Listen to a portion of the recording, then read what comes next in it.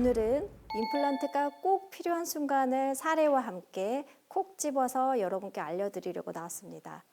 첫 번째는 치아를 이미 상실한 경우입니다. 치아가 빠진 상태를 오래 방치하면 주변 치아가 빈 공간으로 기울어지고 맞물리던 반대편 치아는 점점 내려오거나 올라오면서 교합이 무너질 수 있습니다. 두 번째는 치아를 살릴 수 없는 경우입니다. 심한 충치나 치아 균열, 잇몸 질환으로 인해 치료를 해도 기능을 회복하기 어려운 치아라면 무리하게 유지하는 것보다 발치 후 임플란트가 더 좋은 선택이 될 수 있습니다. 세 번째는 이가 없어서 씹는 기능이 크게 떨어진 경우입니다.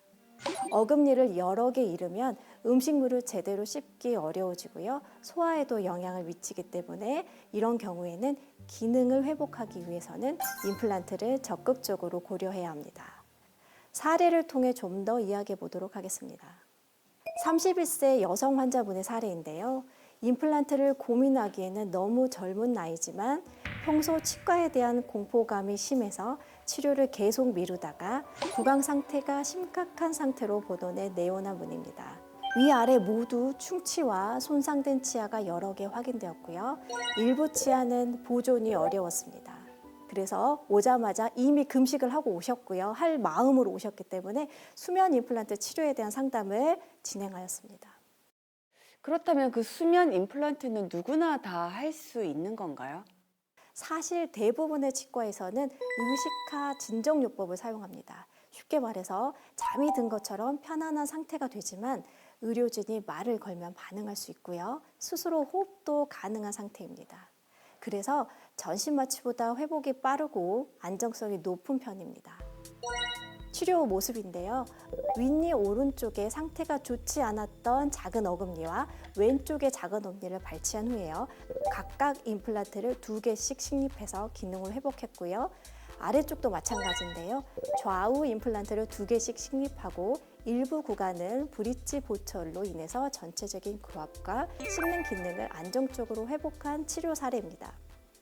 많은 분들이 임플란트는 연세가 많은 분들만 하는 치료인 줄 알지만 젊을수록 빨리 치아를 복구해 주어야 안면 비대칭, 잇몸 소실, 저작 기능 등의 문제 등 2차적인 문제가 발생하는 것을 막을 수 있습니다.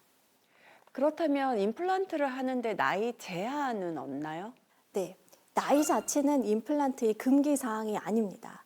다만 수면 임플란트를 받기 전에는 자신의 건강 상태를 정확히 알려줘야 됩니다. 특히 고혈압, 당뇨병 등 각종 지병이 있거나 임신 가능성, 약물이나 마취제 알레르기 여부는 진정제의 용량과 치료 계획 수립의 중요한 고려사항이 되기 때문에 꼭 알려주셔야 되고요. 또 지병만큼 중요한 것이 현재 복용 중인 약입니다.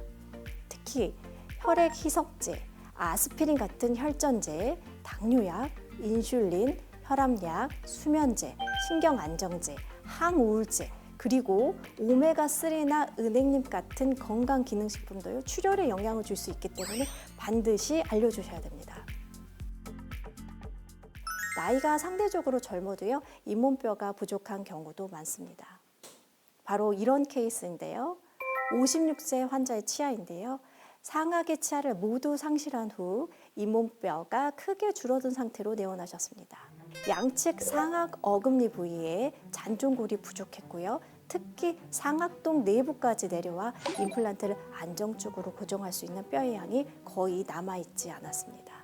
상악은 치아를 상실한 채 오래 두면요. 뼈가 더 빨리 줄어서 임플란트 식립 자체가 어려워지는 경우가 있습니다. 근데 왜 이가 빠지면 잇몸뼈가 줄어드나요? 치아가 있을 때는 음식을 씹으면서 생기는 저장력이요. 치아 뿌리와 치주 인대를 통해서 잇몸뼈로 전달되거든요. 근데 이런 자극이 뼈를 만드는 조골세포를 활성화해서 잇몸뼈의 두께와 골밀도를 유지해주는 역할을 합니다.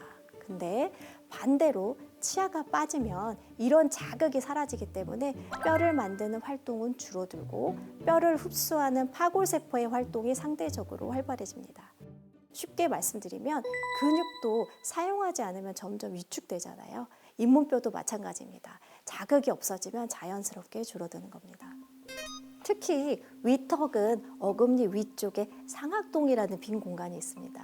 그래서 윗니가 빠지면 잇몸뼈는 아래쪽으로 흡수되고 상악동은 아래쪽으로 내려오면서 뼈가 점점 더 얇아질 수 있습니다. 실제 임상 연구에 따르면요, 치아를 뺀 후 첫 1년 안에 잇몸뼈 폭의 약 50%가 감소하고요. 그 중에서도 초기 3개월에서 6개월 사이에 가장 빠르게 뼈가 녹아내린다고 보고 있습니다. 하지만 잇몸뼈가 부족하다고 해서 임플란트를 포기해야 하는 것은 아닙니다. 뼈 이식을 함께 상악동 거상술을 동반한 임플란트 수술이 필요합니다. 비어있는 공간인 상악동을요, 안전하게 들어올린 후 부족한 부위에 뼈 이식제를 보강하고 동시에 임플란트를 식립하는 것으로 부족한 뼈를 재건하면서 임플란트가 안정적으로 자리 잡을 수 있는 환경을 함께 만들어주는 치료입니다. 현재는 수술 후 약 4개월 정도 경과를 관찰하면서 이식된 뼈와 임플란트가 주변 뼈와 단단하게 결합하는 골류착 과정을 확인하고 있는 단계입니다. 이처럼 상악동까지 뼈가 부족한 경우라도요, 정확한 진단과 적절한 수술 계획을 세우면 임플란트 치료가 가능합니다. 이제 임플란트를 하게 되면 이게 반영구적이라고 봐야 되는 건지 아니면 수명이 있는 건지.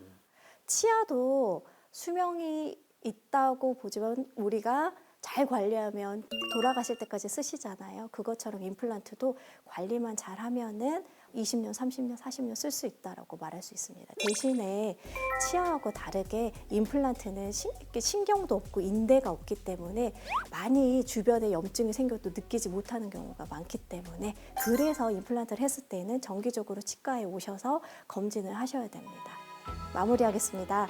자연 치아를 최대한 건강하게 오래 쓰는 것은 우리 모두의 바람입니다. 그러려면 정기적인 치과 검진으로 충치와 잇몸 질환을 미리 예방해야 하고요. 임플란트가 필요한 순간이 되면 그에 맞는 치료를 해야 치아 기능을 오래 유지할 수 있다는 점을 기억하셨으면 합니다. 고맙습니다.